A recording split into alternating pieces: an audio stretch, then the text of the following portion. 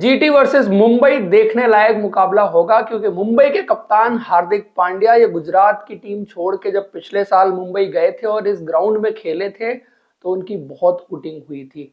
ठीक 12 महीने बाद एक बार दोबारा से वो वापस से इस मैदान पर आएंगे और देखते हैं कि इस बार पब्लिक परसेप्शन चेंज हुआ है या नहीं हुआ है, कि गुजरात के फैंस फिर से गुजरात की टीम को सपोर्ट करेंगे या हार्दिक पांड्या के लिए भी चेयर करेंगे। Because ultimately now he is a world champion, T20 world cup champions trophy और वो सब कुछ जीत के आ रहे हैं। और आपने देखा कि हार्दिक पांड्या को इवन मुंबई में भी अब जिस तरह से प्यार मिला है और सपोर्ट मिला है, तो वो फिर एक बार यहाँ पर हिलता हुआ दिखेगा या नहीं दिखेगा। लेकिन अगर इन दोनों टीमों के हेड टू हेड रिकॉर्ड की बात करें तो यहाँ पर गुजरात आगे है। 5 मुकाबले जिसमें से 3 जो है वो जीटी ने जीते हुए हैं और 2 मुकाबले मुंबई ने जीते हैं। इस मैच में भी टॉस इंपॉर्टेंट रोल प्ले करेगा, क्योंकि स्पिनर्स यहां पर जब सेकेंड इनिंग में गेंदबाजी करते हैं तो हमेशा उनका इकोनॉमी रेट बढ़ जाता है और विकेट्स कम हो जाते हैं।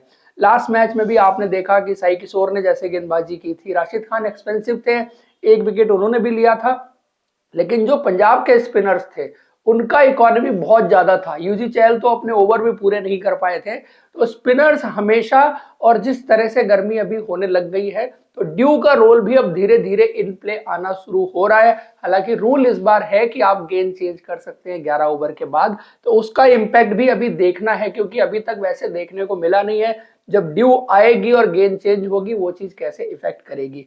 अब दोनों टीमों की प्लेइंग 11 की बात कर ली जाए, मुंबई से अगर शुरू करें तो मुंबई में कप्तान हार्दिक पांड्या वापस आ रहे हैं और वापस आएंगे तो रॉबिन मिंज की जगह आएंगे, बिकॉज वो सीधा एक सिलेक्शन है, रॉबिन मिंज बाहर जाएंगे वो आ जाएंगे।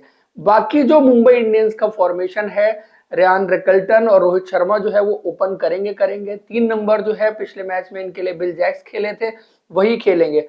अब इसमें एक छोटी सी प्रॉब्लम हो रही है कि सूर्य कुमार यादव और तिलक वर्मा ये दोनों बैट्समैन काफी नीचे चले जाते हैं, 4 और 5 पर आ जाते हैं।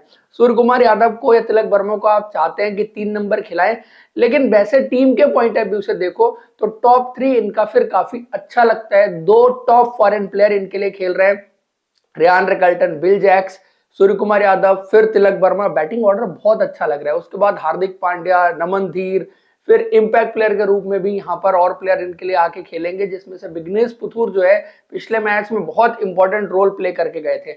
जसप्रीत बुमराह अभी भी वापस नहीं आ रहे हैं और ये team at certain stages Jasprit Bumrah को मिस जरूर करेगी, क्योंकि मुंबई इंडियंस की गेंदबाजी में पिछले मैच में ट्रेंट बोल्ट ने भी कोई खास गेंदबाजी नहीं की थी। दीपक चहर ने 1 विकेट जरूर लिया था, बट वो डेथ ओवर्स का गेंदबाज मिसिंग है, कि गेम जहां पर बैलेंस आउट हो जाए, इवन आउट हो जाए, वहां से गेम चेंज कर दे, मिडिल ओवर्स में आके विकेट निकाल दे। तो वो पर्टिकुलर चीज जो है मुंबई इंडियंस अभी भी मिस कर रही है।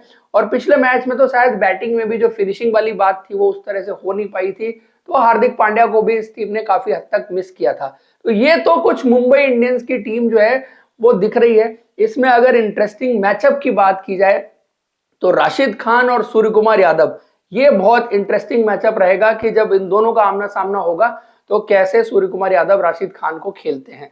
उसके बाद गुजरात की टीम में जाएं तो मुंबई की तरफ तो कुछ प्रॉब्लम्स थी, गुजरात की तरफ ज्यादा प्रॉब्लम्स नजर आ रही हैं। गुजरात की तरफ प्रॉब्लम बैटिंग ऑर्डर में भी है, बैटिंग में टॉप पर भी लोग बात कर रहे हैं कि वहां भी प्रॉब्लम है, मिडिल में भी प्रॉब्लम है, फिनिशिंग में भी पिछले साल के मुकाबले ये डाउनग्रेड ही है, प्लस बॉलिंग में, फास्ट बॉलिंग में प्रॉब्लम है।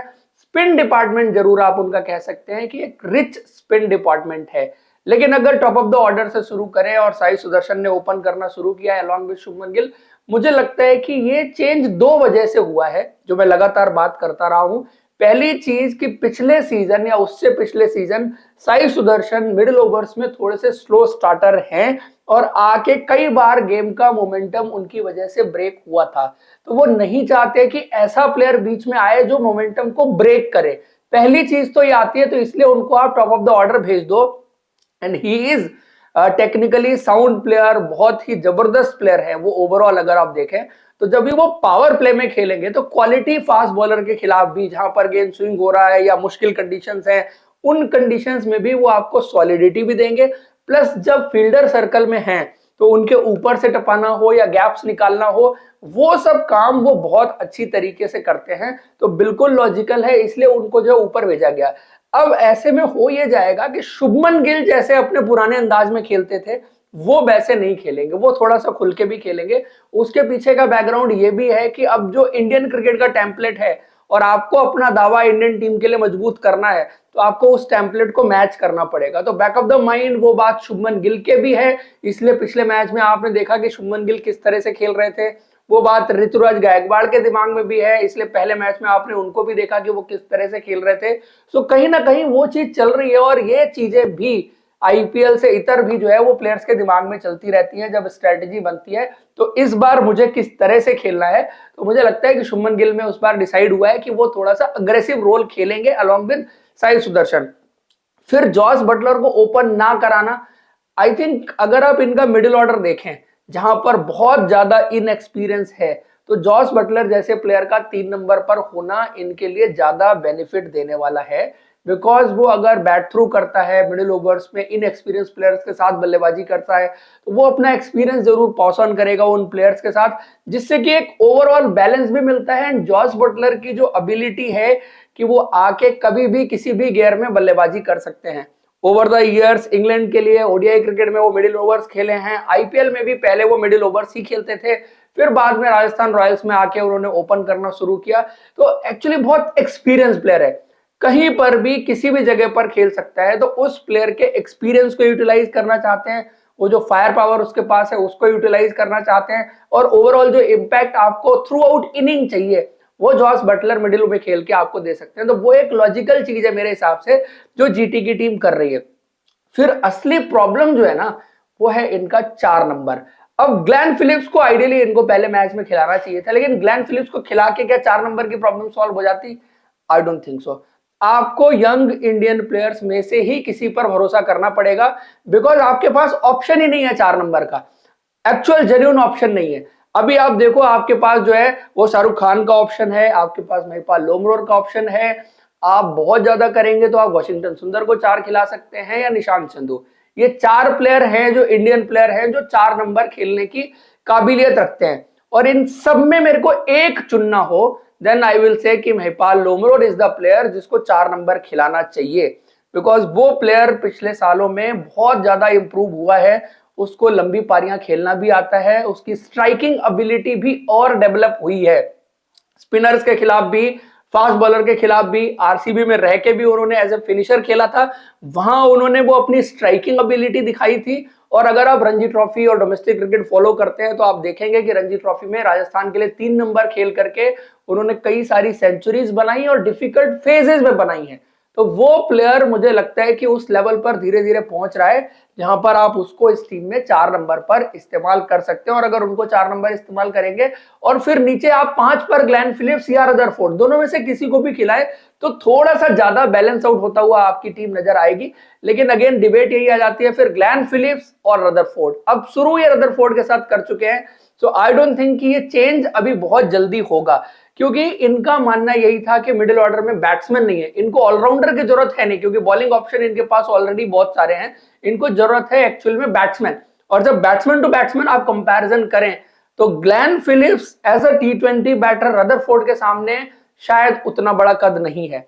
रीजन इज कि आप अगर दुनिया भर की टी20 लीग्स और टी20 क्रिकेट देखेंगे, सो रदरफोर्ड हर जगह जाके बहुत इंपैक्टफुल परफॉर्मेंसेस उनकी रही हैं, और उन्होंने मैच विनिंग पारियां भी खेली हैं, चाहे जो भी टी20 लीग रिसेंटली उन्होंने खेली हो। वही एक लॉजिक रहा कि रदरफोर्ड ग्लेन फिलिप्स से ऊपर खेल गए, क्योंकि ये शायद ग्लेन फिलिप्स की ऑलराउंड एबिलिटी की जरूरत नहीं समझ रहे थे। अब देखना है कि इसमें चेंज होता है या नहीं होता है, बट एक उन दोनों में से जो भी प्लेयर रहेगा वो रहेगा। उसके बाद राहुल तेवतिया इनके लिए बिल्कुल सही है, 6 नंबर शाहरुख खान, ये 2 प्लेयर हो गए, 6-7 जो भी खेलेगा। तो इधर बैटिंग ऑर्डर फिर भी पहले के मुकाबले बेटर दिखेगा अगर आप इसमें से महिपाल लोमरोर को और ऐड कर देते हैं। अरशद खान पिछले मैच में खेले थे, क्योंकि इन्होंने बैट्समैन कम किया और ऑलराउंडर्स नीचे ज्यादा खिला लिए, जो इनके गेंदबाजी के ऑप्शन फास्ट बॉलिंग में बढ़ाते थे। तो वो शायद मुझे लगता है कि जरूरत नहीं है, इनको ध्यान देने की जरूरत है कि इनके पास ऐसा गेंदबाज कौन सा है जो डेथ में गेंदबाजी कर सके। नई गेंद सिराज भी बेहतर करेंगे, नई गेंद रबाडा भी बेहतर करेंगे, नई गेंद प्रसिद्ध कृष्णा भी बेहतर करेंगे। अब प्रसिद्ध कृष्णा को आप मिडिल ओवर्स में यूटिलाइज कर रहे थे, वो उनका बेस्ट यूटिलाइजेशन नहीं है। आई थिंक इनको थोड़ा सा एक्सपीरियंस की भी जरूरत है। ओवरऑल आप अगर इनका स्क्वाड देखें तो वहां पर इनके पास death bowling specialist fast bowler मौजूद नहीं है। तो कम से कम अगर आप जाएं तो फिर एक्सपीरियंस के पास जा सकते हैं, जो कि ईशांत शर्मा का है। नई गेंद आपके लिए एक एंड से डाल सकते हैं, और डेथ में थोड़ा सा स्लोअर वंस और जिस तरह से वो यूटिलाइज करते हैं, तो वो थोड़े से हैंडी प्लेयर हो सकते हैं इनके लिए, अगर उनको ये खिलाते हैं एट सर्टेन टाइम। बाकी ज्यादा चेंजेस मैं नहीं देखता कि इस टीम में आपको देखने को मिलेंगे, और मुकाबला दोनों टीमों के बीच अच्छा होगा, हाई स्कोरिंग होगा। टॉस अगेन, अभी तक जो यहां पर देखा गया है इन दोनों टीमों के बीच जो मुकाबला हुआ है 5 मैचेस में, जिस टीम ने पहले बल्लेबाजी की है वो जीती है। ये बड़ा इंटरेस्टिंग फैक्ट है। क्या वो बदलेगा इस मैच में, देखना इंटरेस्टिंग रहेगा। आप लोग भी बताइए ये वीडियो प्रीव्यू आपको कैसा लगा है। Thank you, see you in next video.